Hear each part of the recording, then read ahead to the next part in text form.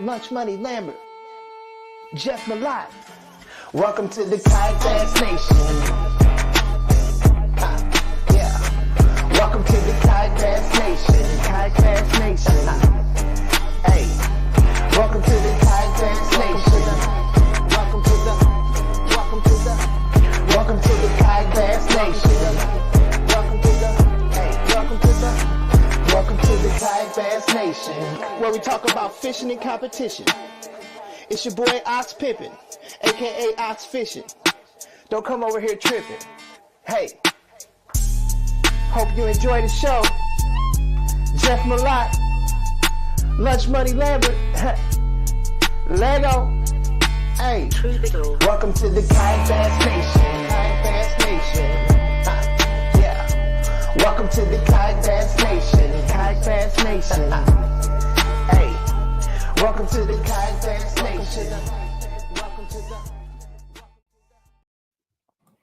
What is up, everybody? Welcome to KBN Live. What's going on, Ryan? How are you tonight? Just recovering from another one, trying to rest up a little bit, you know.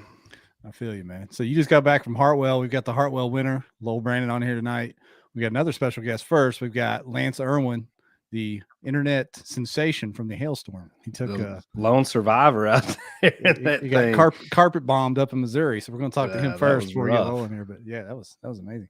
How was your weekend, dude? You went over there and fought. It wasn't bad. I mean, I don't like blueback herring lakes. I don't like just targeting spotted bass. So I kind of knew it was going to be rough going in. I had to work quite a bit last week by my standards, so I didn't get to pre-fish. I got out there for one day of practice, and of course it piss poured rain, and pretty typical deal. I tried to find some largemouth. They weren't there, so I knew one area that I could go and get a limit of spots. So that was pretty much my hopes for the entire tournament was just get to 10 fish.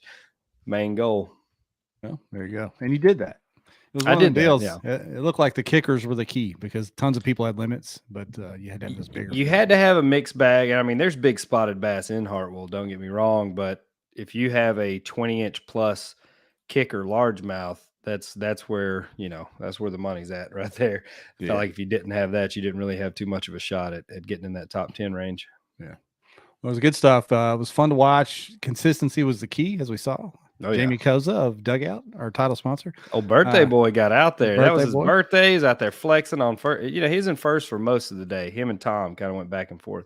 Yeah, and then Andy Middleton coming in hot with the fourth place. Andy wrecked him on day one. He you could tell Andy had a little swag in his step Friday night at dinner, and you could tell he was on something. And then I think he threw up 93 inches on the first day, like 2 hours into the tournament. I was like, damn, he wasn't playing. Yep. Big worm was on him too. He had a bunch of good photos on the website of Andy out there. So yeah, he caught a bunch of fish. I told him after day one, I was like, man, just don't pull a Lambert on Chick. Keep grinding, pull the rug out and move if you need to. You got your own pronoun now or adverb, whatever you call that. Don't pull a Lambert. Ain't the one I want. Don't pull a Lambert. That's crazy. I think that applies in a couple different scenarios, not just day two fishing. Right. Yeah. So of course, Lowell Brannan figured it out, stay consistent. He fourth place both days, fourth day one, fourth day two, winner overall with 92 and 91.5. We're going to talk to him in a minute. Another huge event on the opposite coast, man. Did you check out what happened with that native event out there in Cali? I just saw the blast off video. That's as far as I got in the review there. Yeah, that's wild. Anthony Garcia won the overall. He's done some damage coming over this way, when he does choose to come out this way. But he won the overall, but that was a wild scene. I've been in a big shotgun start before at Ride the Bull, but it's always in the daylight. Seeing everybody take off in the dark like that looked like a bunch of spaceships flying out. That's a mess. I mean, it's cool that they got to do that and got that footage. I'm sure Steve Fields was jealous. He'd love to have 185 people shotgun starting at every event. Yeah, I tried to tag him in and share Aaron's live video. I saw that. Didn't quite work out at first. She had it on private, but I think it's fixed where you can see it now. But it's pretty cool stuff. Maybe next week we can track down Anthony. And get I think we need to pull in the left coast guys, get them in here. Maybe pull Anthony and Marvin in here and talk a little bit about it because he's doing the Fork tournament too. I believe Marvin is running that one. So, Marvin Forte, right? Yeah, he's running the Fork tournament. Yeah. Okay. Yeah. So yeah, we get those native guys in here and talk to them tonight. on the banner, we have Lowell Brannan as the guest, but if you read the description, Lance Erwin, if anyone has seen the wild video of the hailstorm that happened Saturday at the Moyak event, Lance caught some video of it. It was wild. I think it's on Facebook. It's got hundreds and hundreds of shares and hundreds of thousands of views. It's on Facebook. It's on TikTok. Yeah, I put it on the Yak Addicts Instagram earlier. It's blowing up over there. This everywhere. kind of video that'll get you paid. This is why you always want to film crazy stuff, because it'll blow up. He'll have CNN calling him, ESPN trying to get this footage in a minute. So we got a few questions for Lance while we wait on Lowell to slide in here, the champ. So I see Lowell patiently waiting. He can probably hear us. So Lowell, hang in there.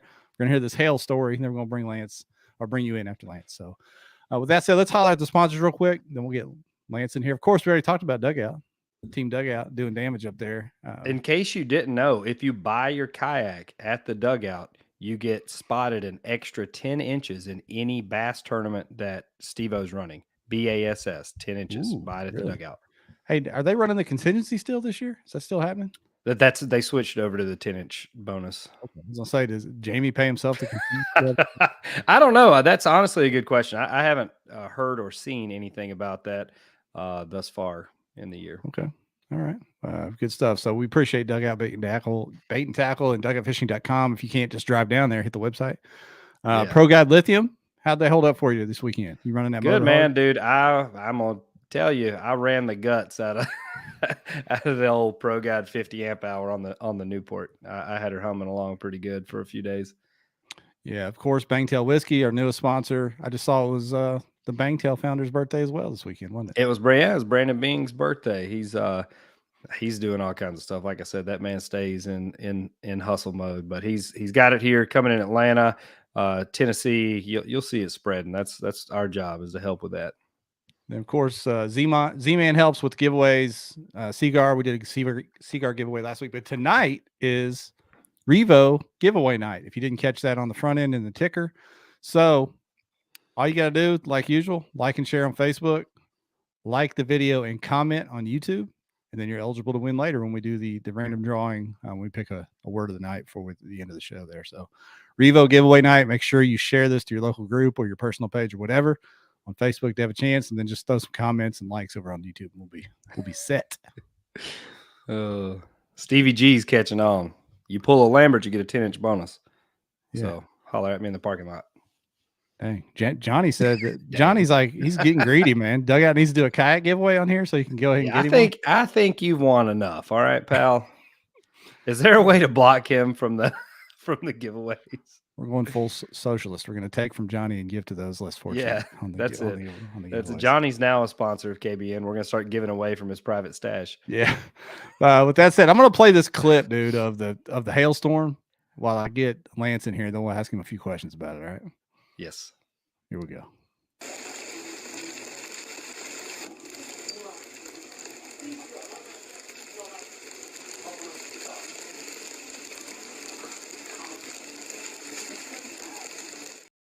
Wow, Lance. Looks like freaking cannonballs hitting the water. Oh, my word. How was that, Lance? Tell us about that afternoon. Yeah, it was crazy. When I first heard them, they started hitting behind me. I really thought it was some schooling fish. And then obviously I quickly realized that it wasn't. You didn't really think about it a whole lot at the time, but when you look back on it, I mean, dumb, funny, made a lot of things come to mind, but, it was a little scary too. So, just one of those things that happened. It was a learning experience, and, hopefully some other anglers can kind of learn from it. What did you learn? Carry a steel umbrella with you? I don't know how we've all been there. I think if you've kayak fished even recreationally enough, you've gotten caught out in a storm. Like there's always a time when you can't get back quick enough. That's definitely one of those. And I've had it where you've had to pull up under bridges or boat docks, or I've gotten out and climbed up a steep bank and went and sat in a public restroom for about 45 minutes during a lightning storm. I mean, you just got to kind of get out of the way, but I don't know that there's a lot of predictability to that. Yeah, our tournament director, Josh Booth. I mean, he warned us the night before about some weather. He sent a message out the morning. That it certainly wasn't because of the communication. It was a Lance problem. I ran about 3 miles up the river. I was probably 1.5 miles on, from coming back to the boat ramp, and juice on the battery was low, and I just wasn't going very fast, and it really did come on quick, and it's just just one of those things. Just like I said, it's just a learning experience, and certainly something I'm going to be more. I'm going to be more aware of as I fish at all times going forward. Yeah, well, I'm glad you're okay, man. I'm sure you probably got some whelps on you, but you're okay. That's the main thing. And like you said, looking back, you can kind of chuckle like, wow, that is wild. But that was dangerous. Those were some giant pieces of hail coming down. Yeah, they hurt. One thing I just want to jump in here, and I know anybody that saw the video heard the language at the end, and the GD word is something that it's unacceptable for me to say. I posted it. I was wrong. I just want to apologize for anybody that was offended. It was embarrassing for me, but yeah, I just want to say that. But yeah, I mean, fatigue late in the day, 2 o'clock in the afternoon, mentally, and probably not thinking right, plus not fishing well, pressing. Just a lot of things going on in your mind. You're just not paying attention to the weather, and it just gets on top of you quickly. I don't think you get any points taken off for getting hit with a giant ice ball from the sky. You probably, I think it's probably acceptable that you throw out an expletive there every now and then. I'm sure that was the last thought on your mind when you got hit with that. It's what's about to come out of my mouth. That is, gosh, that's crazy. Like what did it feel like? Getting hit with a baseball or something? I mean, like what kind of velocities on that thing? Yeah, I mean, I played baseball until I was 15, and I used to stand around on top of the plate, so I got hit a lot. It felt like a 90-mile-an-hour fastball hitting you in the back, and it hurt a little bit. But I think with the adrenaline, and you could probably see when I started kicking my feet really really fast, like, oh crap. This is real. These might actually hit me. Well, Yeah. like I noticed when the video started, you had a couple hitting like right on the sides of the boat, and then then you could tell. Seemed like you kind of got targeted there a couple times toward the end of the video. Yeah, certainly. My wife told me about some comments. Obviously, what's he thinking about? Get onto the shore. Well, to the right of me is an 8-foot bank of mud. I certainly was smart enough not to try to go across where it was shallow. And it was just in a bad spot. If it had been 5 minutes earlier, I was under some cover. But any of the trees to the right there, they weren't hanging over, and it was kind of coming from behind me. Armchair quarterback, man. Yeah, Nobody knows what it's like. You don't know what you're going to do. That's ridiculous. Calling from the cheap seats. Yeah. There were some great comments though. My favorite one that I saw over on, I forget which platform it was, but it said, "Dang, fish called in an airstrike." It was pretty messed up. That was pretty messed up, but it was kind of funny. But we're glad you're okay, man. I saw Troy Yankee put a picture of his truck estimate. He had like 15 grand in damage on his truck. Did you get back to any kind of that at your truck? Was your truck dang? Oh yeah, yeah. I have an estimate tomorrow at 2 o'clock. I would guess it's going to be somewhere between 10 and 15. Wow. Windshield was busted out, some huge dents. But it really wasn't my concern at the time. I was just kind of happy to get back to the boat ramp. So that's crazy. I saw a dude. That's what you should have checked the weather or something. And I replied back and I was like, how many times has a weatherman ever been right? Or been like, hey, at 2 p.m., baseball size hail is going to fall on you. Like, come on. Yeah. We had a tournament here in Arkansas. We're just south of where Lance was. And we had forecast of possible hail. We didn't even get a drop of rain here. So it's kind of depends on where you're at, They forecasted 35-mile-an-hour winds at Santee Cooper. We call off the first day of the tournament and it's like a light breeze like all day. I mean, it was you can't ever predict the weather. Nobody's in control of that. I got bad news. There's not one guy on earth that can call that one right. So I'm glad you're all right. I mean, it's crazy that you got caught in that, but that is a video, of a lifetime right there. That's wow. Epic. Yeah. We're going to let you slide out of here in a second, Lance, but any words of wisdom or words of advice to your fellow anglers as they might face severe weather in the future. Yeah, I think for me, as I look back on, just don't let your competitiveness get the best of you. Be smart, and I'm not for sure if I'm out doing it again, I'll be that person. But because the rain doesn't bother me, the weather doesn't bother me. But it certainly, all of us have loved ones at home, and that's the most important thing. And it really could have ended badly. So just take the weather serious. For sure, man, for sure. Well, be careful out there, and again, glad you're all right. But thanks for sharing that video with us, and I mean the rest of the community. Really, I think, like you said, I think it is a big educational opportunity to show people, like, 1 minute you're in a light rain, and the next, like, you don't know where the line is on these sails moving through when it's going to turn bad. I mean, Joe McElroy is another great example. Yeah. Like, you're out there pre-fishing, you're just trying to push it and get as much time on the water as you can. Next thing you know, you're in a hairy situation. All for some fish. All for some fish. That's right, man. All right, Lance. Well, have a good evening, man. Thanks again for sharing your story with us, buddy. You bet. Thank you all for having me. Take care, man.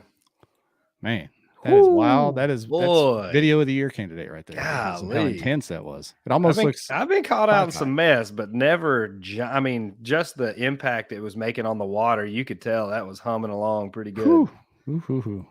All right, let's see. We got the champ, Lowell, patiently waiting.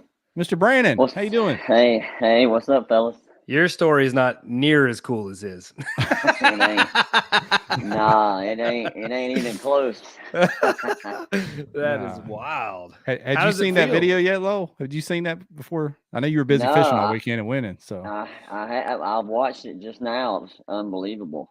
Yeah, they had a little more sporty weather than we did. We got a little bit wet on Sunday, but nothing like that. Nah, nothing like that. What in the world are you sitting in? You in a zoo? Good night. Good morning, son. I had to come up here to get out of the noise, but yeah, I'm in my little game room where I've shot quite a few things. I see that. Yeah. Vinny put a lot of pressure on you at award, or not awards, at check-in.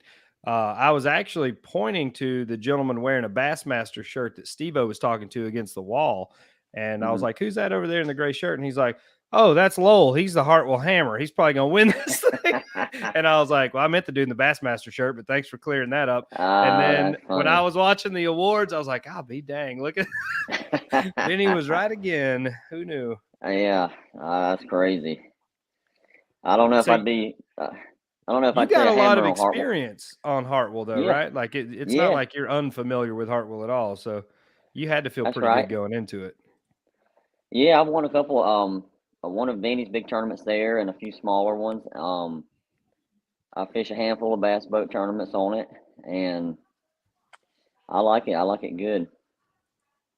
How did you feel like it was setting up timing wise? I know during the week, a lot of people were finding bedding bass, and it was warmer and sunny, and people were really having a great time pre-fishing it. Did you get to practice a lot? Did you see a lot of that? Yeah, I practiced on Monday and Thursday, and I wanted no part of that bedded deal. I knew, if I came up on one on the bed and I could catch it, I would, but I knew those fish were going to leave those guys high and dry on Sunday. You weren't wrong. And they always do. They're only going to stay there just shortly. They're going to pull off. I don't know why, but they just do. What was your method going into it? What were you looking for? Sure. I was looking for the herring, and I was watching for the birds. I was watching that water temperature. Typically around 70 degrees, it seems like the herring all pull up. But they were coming up. It's like 65 degrees, and they were already starting to pull in. And I was just watching that. I knew the fish would be there, so I wasn't focused on the fish so much. I was focused on where those herring were at. Tell us a little bit about that, Lowell, because I've never fished a herring lake, but I've heard many stories and podcasts about how that's a whole other ecosystem and a whole other way of trying to chase fish. Yeah. Explain a little bit of the science behind that with those herring and how the bass follow them around. I don't know a whole lot of science behind it, but they do. When that water starts to warm up, I don't know why, but they pull up on them red clay banks and some rocks. There's a few docks they'll do it on, but for me, I don't find them on the dock so much. It's mostly on those red long banks. And it's like all those big bass that you'll never catch all year. Once a year will come up out of the depths and slaughter these herring up on the banks. It's probably the funnest fishing you can do in your life. Those suckers don't act like your typical just threadfin shad or whatever in other lakes. Those herring have their own way of moving around, right? Yeah, if you ever go up to the ramp and shine your flashlight down in the rocks, if they're schooling right there, if they pulled up, you can see how fast they are. They never stop moving. In the bass, I don't know, the bass just love them. And they move quite a bit though, right? Like those schools of herring will move a long way in a day, and they take the fish with them. Like the bass just like, oh, right. Time to check out. I think it's probably something similar like in the ocean, those big schools of sardines or whatever, all those fish follow them, shallow, deep, wherever they go, that's where the fish are. I think that's probably what's so challenging about those herring lakes is it's not so much like fishing a spot. It's more of fishing, that day's conditions or whatever, depending on where it's got the bait pushed. That's right. The wind can blow that bait up one side and the next day blow it back across the other side. Following those big cranes around is all you got to do. Really? It's that simple. Yeah. I think I had a crane or two down my way. Yeah. Maybe. Yeah. So tell us about, you got a lot of experience there. Ryan already asked you that, but tell us about practice and leading up to the tournament. What'd you find and what were you on? I was finding those herring pulling up a little bit. Like Monday, I was hardly seeing none. By Thursday, they were pretty thick. By Saturday, they were more, and on Sunday they were even more. More was coming up every night. So I just focused on that. I like fishing fast, point to point, just running as hard as I can. And when I get there, those fish will recirculate about every 30 minutes. So if you can catch them and they'll quit biting, 20, 30 minutes later, they're going to come back. And you just got to be patient. You just got to be patient and wait on them and pick them up when they come back through. When you get up on these fish, are you seeing them busting on top, schooling? Is that it? That's what you're looking for? You can catch them busting on top. That's the easiest way to catch them. But when they're not busting on top, they're cruising the bottoms, picking up dead bait. Mm-hmm. And I'll drag the bottom and catch them on the bottom. I saw a lot of guys, in pictures and whatnot, shaky heads, Ned rigs, that kind of, jigs. A couple of guys were jig fishing, getting some good bites out of it. It looked like. Yep. Some of those big largemouths will come through those points after the spotted bass have come through there, and you'll pick up those big largemouths by themselves. They're just cruising through there, eating those hurt shad, I think, and they're that's how I caught my bigger largemouths, just dragging the bottom when the spotted bass were not schooling. That's what Corey Racer, I see him in the comments. That's what he was telling us at dinner, that a lot of guys will be like striper fishing and catch the bass off where the striper killing the bait. The bass are just cruising around, not necessarily feeding on the bait ball, but feeding on the dead bait falling out of it. That's right. Yeah, just the lazy stuff. They're just, it got so thick in there. Sunday, I was catching those herring on my square bill with the hooks. That's how I know I was on the wrong part of the lake. Oh, yeah. You weren't snagging bait, Ryan? I didn't see a bait. The only bait I saw was my Ned rig. I drug that son of a bitch all over the place. It got some miles on it. Right. I feel you. No, you don't. No, you don't. You just want 10 grand. You don't feel like that. Man. Nah, not this weekend. I don't. Yeah. Where were you at going into like the final, let's say the final 2 hours on day 2? Like where were you numbers wise? Because we could still see the leaderboard, and it really, Andy hadn't really caught much he's the day one leader. He hadn't really caught much. I think he had 4 fish, like even going into the last hour. Where were you at? And did you think you had, the move to make there to pull it off? So about 1 o'clock, I checked it, and I was in third. About 1:45, I called up to a 19.5.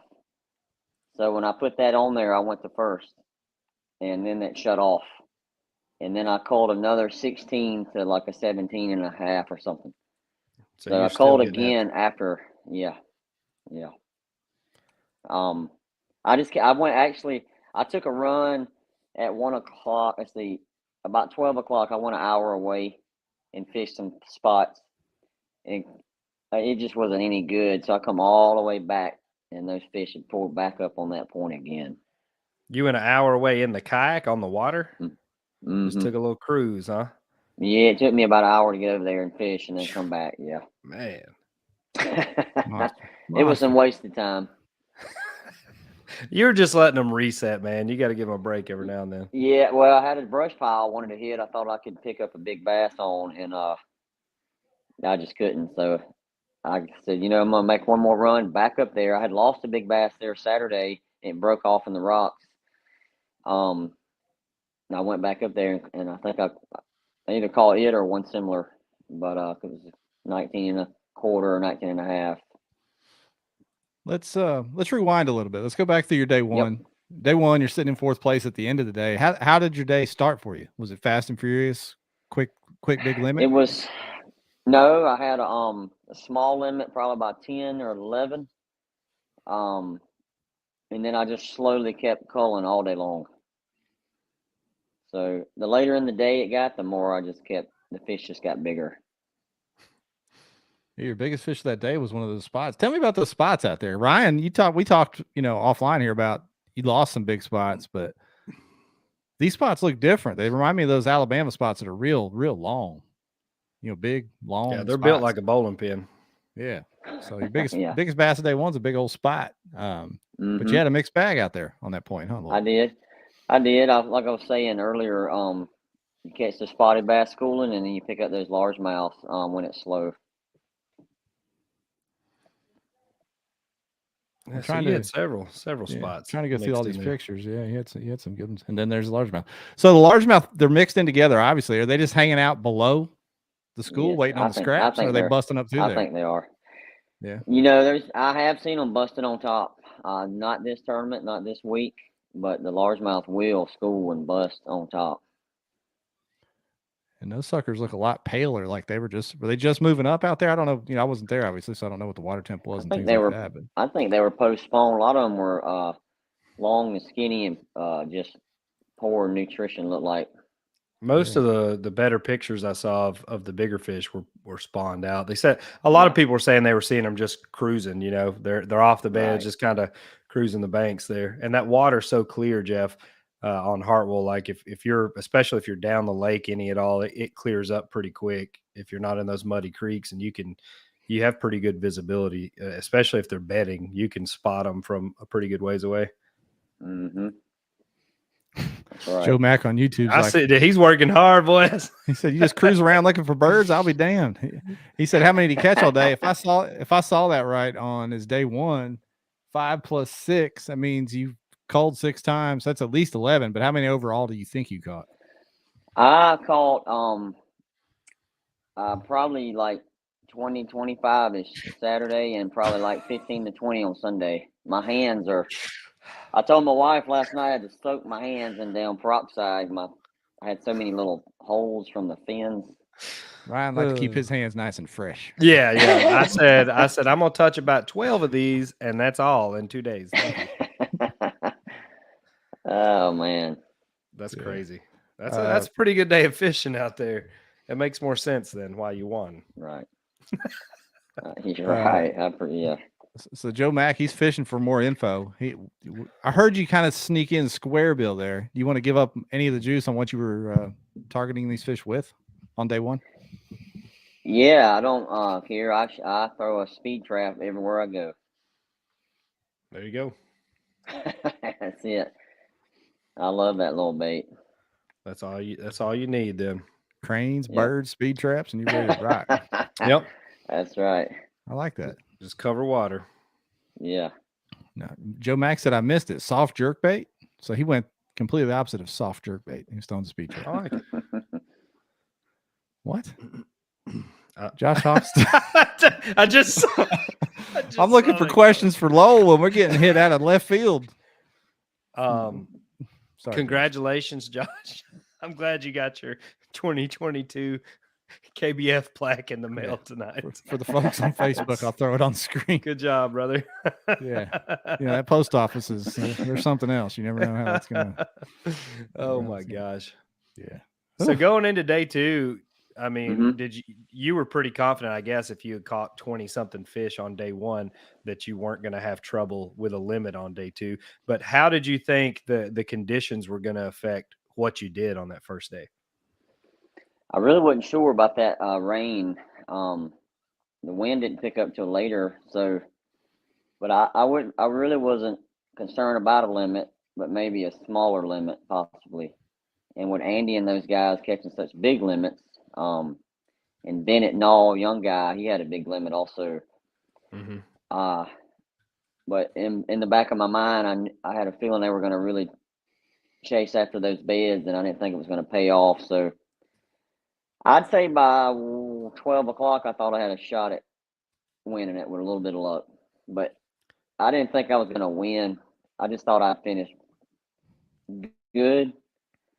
But it was probably more like 1 o'clock before I thought, I might could win this thing. And Koza was running through him pretty good. I mean, he got up there to that 180, 181 mark, fairly early. It's probably noon or so, I think, when I looked and saw that. And him and Tom, his buddy just kept going back and forth there.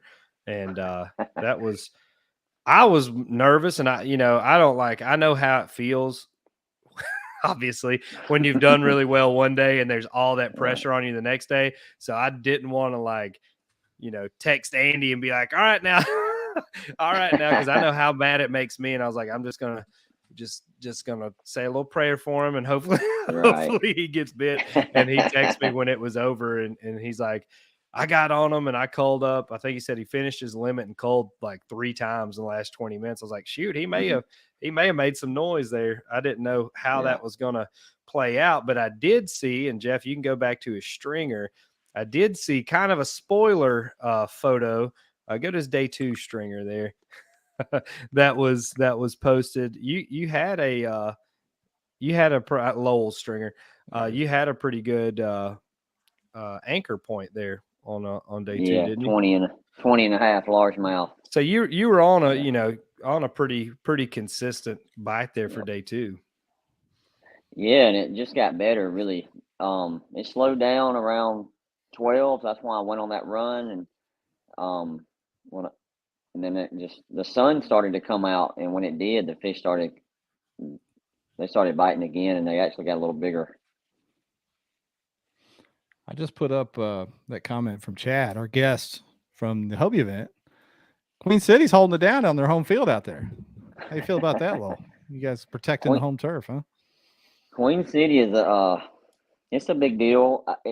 They're sort of the reason I got into the competitive side. I fished 10 or 12 years ago. We fished some small stuff, and I sort of got mixed up with Queen City and a few other clubs here locally, but yeah, Queen City's got a lot of great anglers. And Ryan knows this as well, because he fishes the Tennessee group, which has got some of the best in the country as well. Mm-hmm. You think that helps being involved with a club like that? When it comes to fishing national events, like you're already prepared to go up against high level competition and not get shook. I think it's, iron sharpens iron, man. You got to go out there and compete against the best guys that you can and try to beat them. Definitely gets you better. And you usually learn something from those tournaments too, especially in more of the local top trails. People are a lot more apt to help teach new people and share some advice and stuff that you may not see out there on these bigger trails where some people are trying to, do this for a living. So I feel like that makes a big difference kind of on the atmosphere that you're in on the 2 different platforms there. Yeah, I agree with that. How many national events do you fish a year usually? Do you travel to a lot of these out of town events, or just kind of hit what you can there in the area? Back when Hobie first started, I won one of Hobie's events, and then I went to the TOC and finished 6th in Arkansas. Then I came back and Wichita, and Lowell, what'd you think of Lake fished- Washita? well, I did well there, so I liked it pretty good. But see, Jeff. it's clear That's water, and I was going to say, it honestly reminded me a lot of that stuff that y'all have around there, Right. like a Hartwell or a Norman or something, where, Yeah. you know, the fish behave a little differently and the water's real clear, which I don't care for either one of them. it was a different kind of fishing, no docks, just sort of rocky, different types of rocks, all around the banks, and I actually started flipping a little small jig, and that's how I caught all my fish during that Hobie at TOC. Very good, very good. We've got some questions coming in for you, man. Sure. One, I'm going to ask you a question about it. This is a statement. Charles Wolf on YouTube says Lowell's also a snake whisperer. What is that about? Are you like some kind of snake handler? Oh, well, Snake handler. As you can see, I'm quite the outdoorsman, so I'm always dicking around with some kind of snake or something. Wide dick open. Whatever you can get a hold of, huh? I like That's it. right. You got the next one there, Jeff. Let's see here. Joe Max back at it again. Yeah, he said, "How long has Lowell been on the tourney scene?" You were kind of getting into that before I interrupted you about Washita. So That's fine. I've been fishing competitively for 10 years, and I've won some pretty decent events, and obviously this Bassmaster event's the biggest title that I've ever won. But I've been fishing. I've been blue fishing. trophy. Yes, sir. That's right. You're Very setting good. up there with Ike and De Palma now. You're a hashtag pro right. for sure. Sure, yeah, right. Speaking of that, De Palma was in this one. He slid in there at 20th, got it clipped to top 20, so that's good for his AOY race. But it's obviously I'm glad he didn't come walking in and mop the floor again. I think he's a good angler. He's a great guy. You know, love talking to the guy. I don't want to see him win again. Right. I'd like to see the traditional kayak anglers hold their own a little bit better than just letting a pro come in here and take advantage of us. And they did that. That's They right. did that. Oh yeah, for sure. And I think, and I like the fact that the AOY race should and could be shaping up to be tight. Like last year, you know, if Drew just didn't completely finish in last place, it was pretty wrapped up by the last event for him. So this year so far, we got a little bit of parity going on. Some of the same guys obviously are staying in that top 10 or 15, but in general, hopefully we have a tight race for bass coming down the stretch here. Are you going to fish anymore? Are you going to give AOY a shot? What are you thinking after winning this one? I'm going to fish some of the Queen City deal and some of the South Carolina Bass Nation stuff, and I have to work a good bit. I'm running a small business here, so I just have to play it by ear, you know, just see how the cards go. Are you what's on your Hobie schedule? You gonna try to hit any of the Hobie events coming up? You coming to Seminole? I know a bunch of Queen City guys came to Seminole a couple years ago. I think. Yeah, I went to the last 2 there, and it was I struggled there. I don't know. I'm still debating on that. You better debate fast. Is the deadline? When is the deadline? Is it this week or next week? This week. This week. Yeah. I thought this so. week. This week. Yep. So we got another question on YouTube. If you got any questions on Facebook, let us know. YouTube's dominating the questions tonight. Chris Marks, was Lowell using a graph or going old school? That's funny.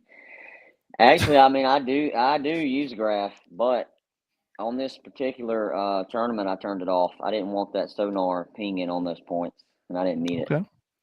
I fished both days with no graph. Yeah, my follow-up was going to be, did you use live scope if you did use the graph, but you didn't use the graph at all. So there you go. I turned it off, yes, sir. Awesome. I like it. I like that play. I mean, if you know where they're at and you know what they're doing, there's no point in looking at them. You know, that's not, I don't think that's necessarily a benefit. Another YouTube. This is more of a comment, but Joe Max says it's got to be nerve-wracking to have that good of a day, not know where you stand that last hour. We talked a little bit about that, but how are you feeling heading into that last hour? Ryan said, he saw the leaderboard before it shut off. He knew you weren't right there at the top when it clipped off. How are you feeling coming down the stretch? I felt pretty good, especially when I called that again after it turned off. Because I had watched it a little bit through the day, and I could see people were not catching them like they were Saturday. So, I felt pretty good, but also I know how these things go, and anybody could have caught a big kicker and shot up to the top. Especially with y'all being right there that close at the top, and knowing that this lake has 22, 23, 25-inch largemouth swimming around in it. A 25-inch largemouth will change your day in a hurry. It would. that's how you go from 12th to 1st in one catch there. Hey, and it was tight. That one was caught on the final day. Yeah. And Vinny posted just like a cropped version of that. And I messaged Ryan. I said, who caught that? Yeah, who caught that? Idea. Not a clue. Ryan said, Jeremy Jeremy Ryan said, caught that. I think he messaged me back and said, I think that Lowell guy caught it, but you didn't know at the time. Yeah, I had no idea. I just assumed that since he was going to kick everybody's ass, he might as well have caught a 25 to do it. I would love to have done it. Yeah. I didn't know Hartwell had it like that. 25s up in there. I came day one. I made a move. I caught a limit of spots, and I was like, all right, I'm going looking for largemouth. I go all the way back up this creek to some flooded willow buckbrush stuff. It was like 4.5 miles. I didn't get a bite, not a freaking bite. It was muddy and cold, and I was mad. I come back out, and there's my old buddy, Joe McElroy, sitting there just grinning like a possum. He's like, I needed you here about 5 minutes ago, son. I said, why is that, Mr. Joe? He said, I just caught a 23 right here. I needed my picture. And I was like, that's awesome. Yeah. Great job, Joe. Good job. When you roll up on Joe, you never know if you're going to have to fix something, rescue him, or take a picture of It's always something like that. And when we were going to load up at the ramp, Joe and I were at the same ramp. There's these big cigarette boats flying by, just throwing huge wakes up on the ramp. And I waited till Joe got safely on shore before I got in my truck to leave. I said, I want to make sure a catastrophe was not about to happen before I got in the truck to leave. You got to keep an eye on him. Bless him. Here's a question from Facebook from Levi. What's Lowell's biggest Hartwell bass? Longest. You said you bass boat fish too, so longest or heaviest or both? Yeah, I would say 23 inches. It's probably the biggest one I've caught on that lake. Okay, that's pretty. I've not caught no 25s. I mean, when I go to these tournaments all around the place, I expect to see 25s in like Texas or Florida. If I see a 25 pretty much anywhere else, I'm shocked. I definitely would not pick the spotted bass lake on the schedule to put out a 25-inch fish. I would have lost all my money on that one. Is that herring just growing them big? Those herring grow those big bass? Is that the deal? Yeah, probably. They eat them. They eat good. There's a big bluegill population in Hartwell too, though, right? I think that's kind of what Ewing wanted on last year, was fishing like some bluegill beds and that kind of stuff last year, which it was a month later last year, which I think made a big difference in kind of the patterns that we saw. Chad just said that's Jeremy. He's second 25-incher on. That's probably the same damn 25-incher, Chad. We're going to have to start watching Jeremy a little closer. Yeah, remember. He caught one last fall. Golly. You need to find his barrel out there. Daggone, Jeremy. Share the wealth. We've been hearing you talk about covering water and stuff. We didn't even ask you this. So Randy asked you, what are you fishing out of? What kind of boat? I'm in the Pro Angler 360 14. You full manpower? You got some juice on the back of it. Saturday I fished manpower because I wanted to fish Vinny's event, and Sunday I put the torpedo on. I forgot about that. And Vinny, I was wondering why he came up and asked that when we were doing board check. He's like, Lambert, you run a motor this weekend? And it didn't even register to me in my head to not run a motor. I was like, yeah, why would I want to suffer? And then I was like, dang it. That's what he was talking about, was signing up for the QC event. Right. I learned. Yeah, I think it still had 80 guys in it, which I I was pretty surprised that many of them would do it, but they did. Where do you live? I mean, how far are you from Hartwell yourself? About 35 minutes. Well, that's fair then. that's pretty close. I was wondering if you had to like drive across the state on purpose to go fish there. No, I'm just right here at it. It's in my town that I work out of mostly. This is a very Bob Baylor comment from Bob Baylor. You guys ever pickle those Hartwell herrings? Not me, man. Bob, you have the most unique outlook on life, my friend. We love you, Bob. The Coon King strikes again. He's always coming through with something abstract. Pickled herring. They do it right up here in Wisconsin. You never know what you buy in those gas stations. What were Jeff? Can you pull the final results up and let's look at what brands of boats we had there in the top 10? And how are our poll results coming? I was getting to that at the end of the show. It's over. The championship is done. That's what I thought, and I thought we could prove an extra point here if you look at the top 10 of this event. Randy Creason says if he was in an old town, he would have won by more. That's exactly that's the angle I'm working right here, Jeff. We're about to sort this out right now. I'm having Battle some of the brands. issues. We're about to sort it out. Connection issues over here. I don't know what's going on. We'll have to get that Arkansas internet's acting up. Yeah, we'll have to get to that in a little bit. Let's get up there. Oh yeah, man. no, yeah. Well done in your Hobie, Lowell. Thank you, man. It's a fine boat. Especially be pedaling around all day on Saturday while you did that. Oh yeah, man. It was rough. It was good though. I had a good time. It spoils you using a motor, doesn't it? Like I have so much more of a good time using my motor because I'm not really tired. I'm not pissed off as much. Still, and on the way back to the truck, it's real nice to sit back and relax. It was sporty. I was way down on the south end by the dam, and it got super sporty. Coming back there Sunday, it was rocking. Ain't nothing to block that wind down there. No, Dylan was trying to keep up with me. He had his. I think he's running the smaller Torpedo, and I had the Newport. And I'm not gonna say I ran off and left him, but I gapped him pretty good there with the old Newport. So you heard have it either here one first. of you? This is just more of a general question, but have either one of you, when you first got a motor on your kayak, did it impact your fishing at all? Because I know going from a paddle yak back in the day to pedals, it can speed you up unintentionally. Did having that ability to move spots at any point, even when you first started using a motor, make you move quicker than you normally would have, and you had to kind of learn to throttle it back a little bit? You answer that, Lowell. I don't move anyway. I sit on the same spot all damn day. To be honest, I use mine to go to the spots. I pull it up because I don't like pedaling with it down. It's hard to steer. Mm-hmm. So the whole time I'm fishing, I'm using my feet. Yeah, I don't use my motor at all when I'm fishing. Right.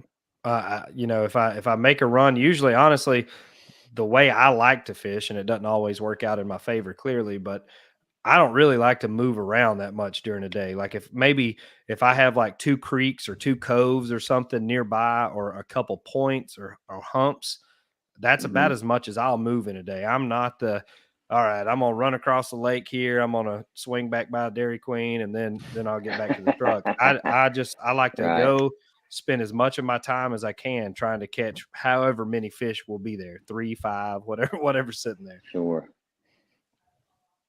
Very yeah, good. I agree with that. Billy Bowden says, well, there we go. How adamant are you about the pinging effect on those shallow fish? Are you always turning that graph off when that's the case? This guy here, he's a Lowrance pro, Paul Getty. He sets up a lot of people's electronics. And we were talking, and he sees it. He showed me where you turn that live target onto a fish, and he feels it, and he swims off. Mm-hmm. I mean, they feel it. They know it. They know it. Yeah. So if you don't absolutely have to have it, I just don't use it. I've been taking guests out on my smallmouth stuff, and they get real nervous because I don't turn the fish finder on my big boat. And they're like, well, how do you know they're here? Well, hell, because they're here every April. I know that there's nowhere else for them to be. They have to be here. And they're like, well, but you don't need to see where they're at. And I was like, no, you drag that worm till one of them bites it. And then that's where it is. You don't have to sit there and keep going over the top of them, looking at them. That ain't helping nothing, I promise. Do y'all think that'll be the great equalizer at some point with live scope? Is those fish get conditioned to that pinging and start running from it rather than being caught with it? I think it's already starting. I think especially these more pressured lakes like Chickamauga, for instance, these fish that are getting hammered with live scope, I think you'll definitely start seeing that. OH Ivy, I bet you'll start seeing those fish completely change the way that they act from the amount of pressure that they're getting off of live scope anglers in the winter months. Yeah, those big uns having them grandkids will be like, hey, watch Yeah. out. Yep, they're gonna put that in the DNA. Yeah, watch out. Yeah, That's right. A lot of Joe Mack said a lot of monsters are caught using it, but man, eventually, I don't know. I mean, there are, you saw what Milliken did, a YouTuber just went down and won the Open. Obviously, there's no denying. You saw it at the Classic. I mean, there's no denying the impact that's made on the sport. I think, especially during the spring months, with fish moving up spawning and that kind of transitional period, I think that levels the playing field a lot more to guys that aren't out, in 30 feet of water targeting single fish. But I think if you're trying to be a competitive angler on the bigger stage, whether it's in kayak fishing or on the bass boat side, it's a tool you have to learn to use. There will come a tournament when you're going to wish that you had that ability, like Ewing at Chickamauga, what he was doing out there with that live scope on suspended singular fish with an Alabama rig, like where else are you going to figure that out? You're not going to go over with 2D and be like, I think there might have been a fish back there and cast out on it, 10 feet and 30 feet of water. That's not going to happen. Right. Jim B. I don't know who that is, if it's Jim Baird or just Jim B. Do you pull your drive up when you run the motor? Most of the time I do not. I usually just clip it and pull it back so it flattens out the fins. Yep, just flutter them out. You want to keep the drive in unless you have that disc. If you pull the drive out, water will come up through the drive hole. So I highly recommend not pulling the drive out when you're running the motor. Yeah, unless you want to get wet. Yeah, any other questions? That the hard way. Yeah. Any other questions for Lowell? Slide them in here while we still have them. What did it mean to you, man? I mean, I know it's not the Bassmaster Elite Series, but it's Bassmaster and it's Bassmaster Kayak Series, which is quickly becoming, fighting to be the pinnacle of our sport. So what did it mean to win that blue trophy, man, with that Bassmaster name on it? It means a great deal. One of the guys I grew up with was Casey Ashley, and I watched him win the Bassmaster Classic. And, I know it doesn't compare to what he did, but it's one of my biggest accomplishments in my life, really. It really meant a lot to get it. And it should be like this. This was a huge event, obviously attendance wise, nearly 170 anglers for this one. The biggest names in the sport are in this competition. They've been there pre-fishing, many of them for 5 to 7 days before the tournament. They've had a ton of time to figure out your home lake and maybe find some things that you may overlook from being, a local and so comfortable with it. So I think pulling that off is huge. I think it's harder to win on your home lake than it is anywhere else, to be honest with you. Right. I mean, it is. Yeah. It seems like something always is waiting to surprise you when you think you feel comfortable about something. When Hobie came here a few years ago, I felt like I had a good shot at it again. I had a lot of boat pressure, a big charity event put in there, and I hate to say it, but the caliber of fishermen were low, and they were just, they were all over me. They had no respect for me. They really affected my first day. Sunday, there was a more an elite tournament, and they would see me fishing and leave me alone, a little higher quality of people. So I come from 16th all the way back and finished 4th.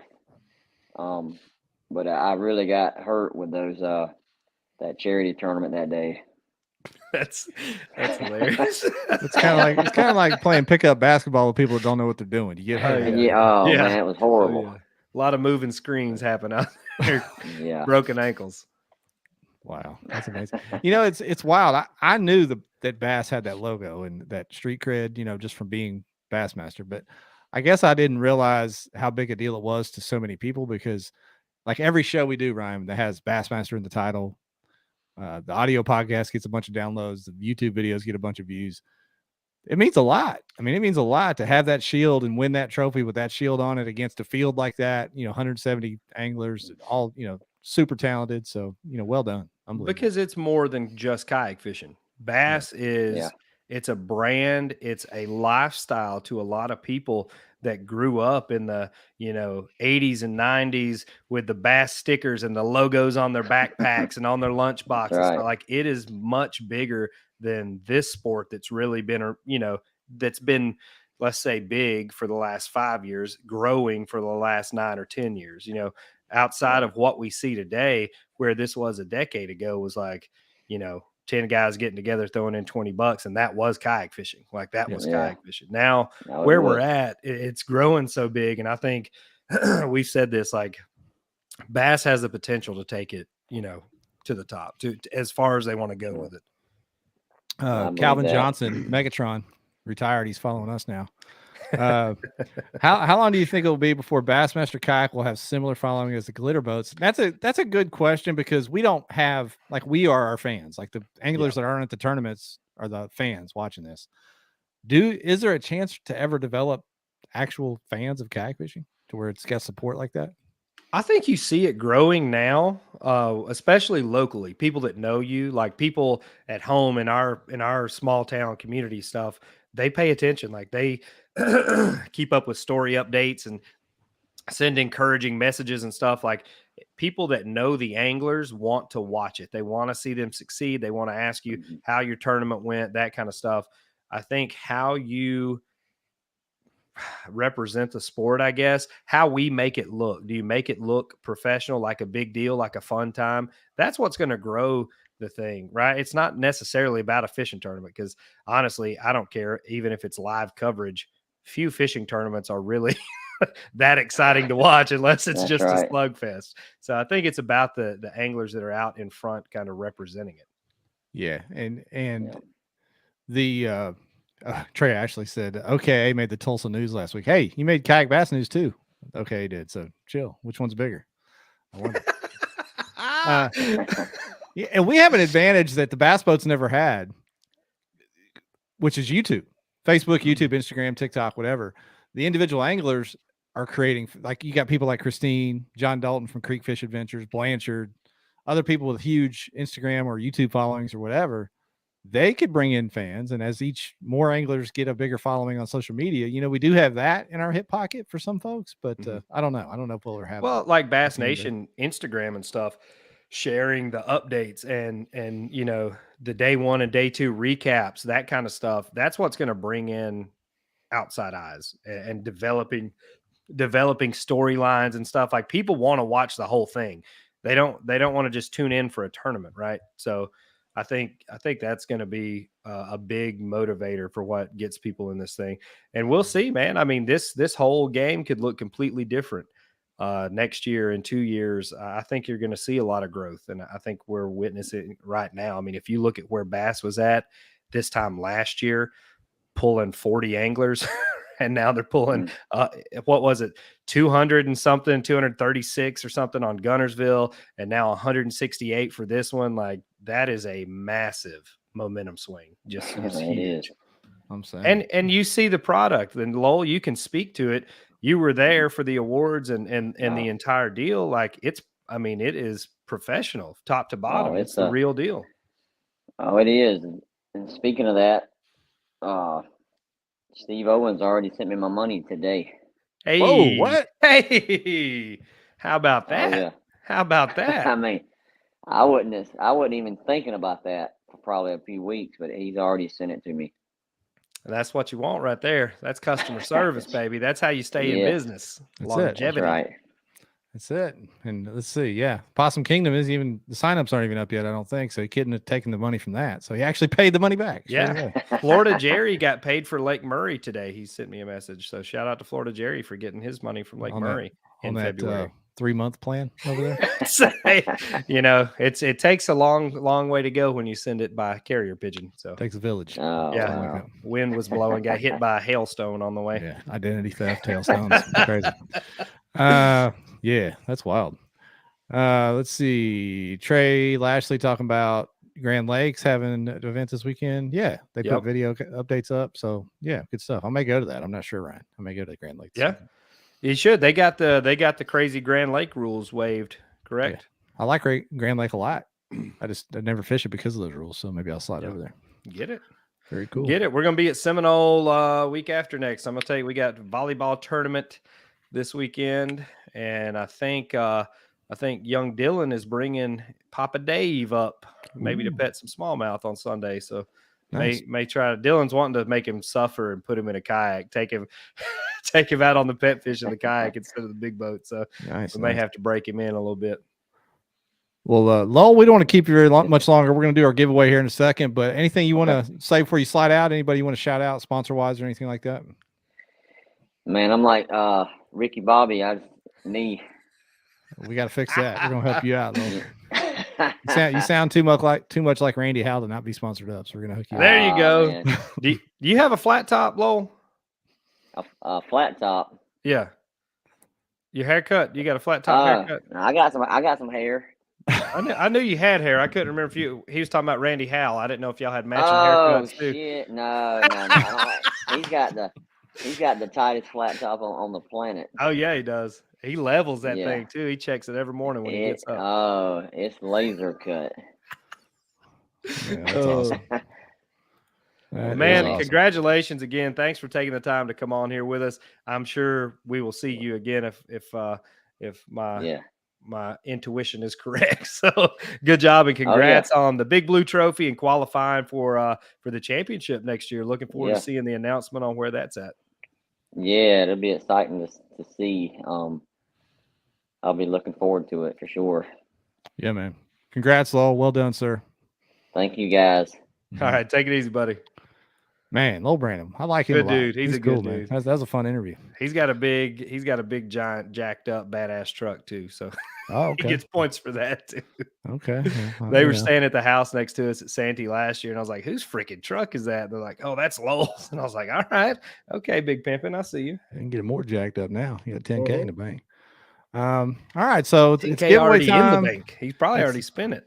It's giveaway time, but we've got to do something real quick first, right? Oh man, here we go. The Yak Bracket. The finals were this week in a barn burner. Hobie and Old Town rolled into the finals. They blew out every round they were in, but Hobie took the win, 138 to 103 on the That is shocking. I can't believe that. I thought there was going to be an upset, if you want to be honest, Ryan. How? Why? Well, because Texas and Oklahoma all are in Old Towns.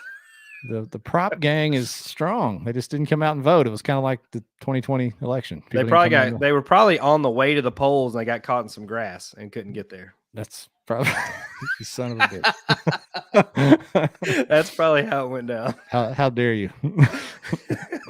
All right, let's do this giveaway. Here we go. The word of the night, y'all. If you're trying to win the Revos, we've been doing the Revos all night long, or the Revo giveaway all night long. All you have to do now, if you've done the share and the like on YouTube, is put in this magic word. There you go. Blue back. Thank you, Johnny Maddox, for bowing out of this and let somebody else win.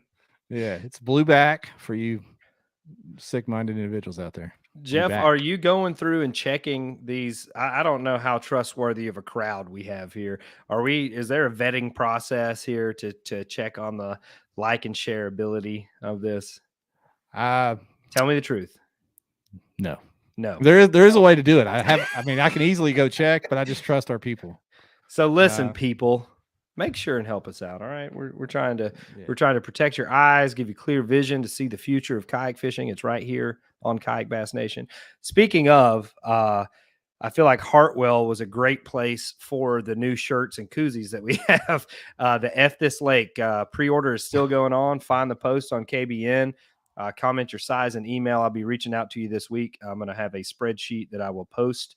That way everybody can make sure they are on it. And I may order a few extras. I'm not going to stock a pile of inventory on this. So I'm trying to make it pre-order only for these shirts. Make sure and get them in. Thank you. Yeah.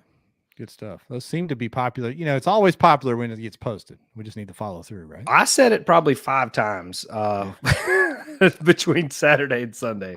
It was definitely applicable there for sure. That's awesome. Yeah, it's gonna be a hot seller. We got Chase working on it. I will stock the stickers, koozies, and flags. I'm gonna do some flags. Probably not a bunch. Maybe do like 50 or so flags. Very cool.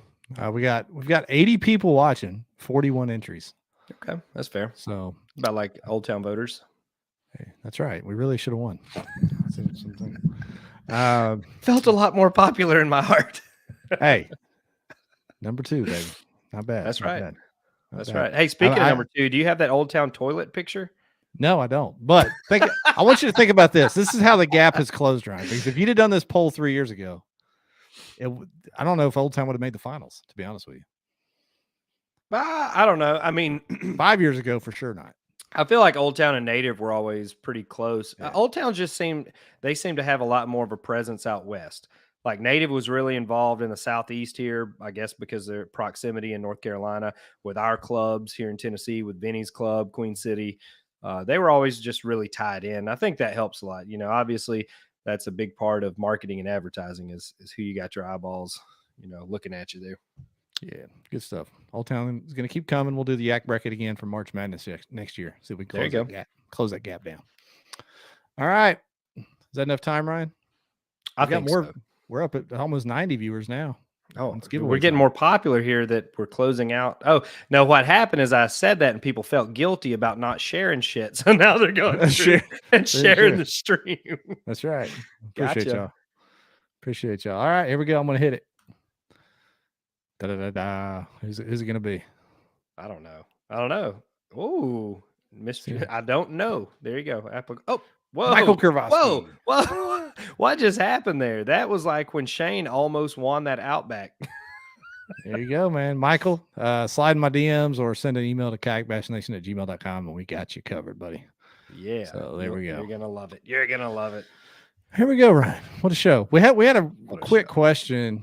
Let's see if I can find it from Elvis. He said someone had their friend's fish submission was denied day 1. Do you know anything about that? Hand placement, fish submission denied? I don't know. Yeah. Sorry. What tournament was that in? I'm assuming he's talking about Hartwell because that's kind of the deal tonight. But what did it say? Fine. Well, it's probably lost in all the hashtags now, huh? Yeah. There it is. I got it.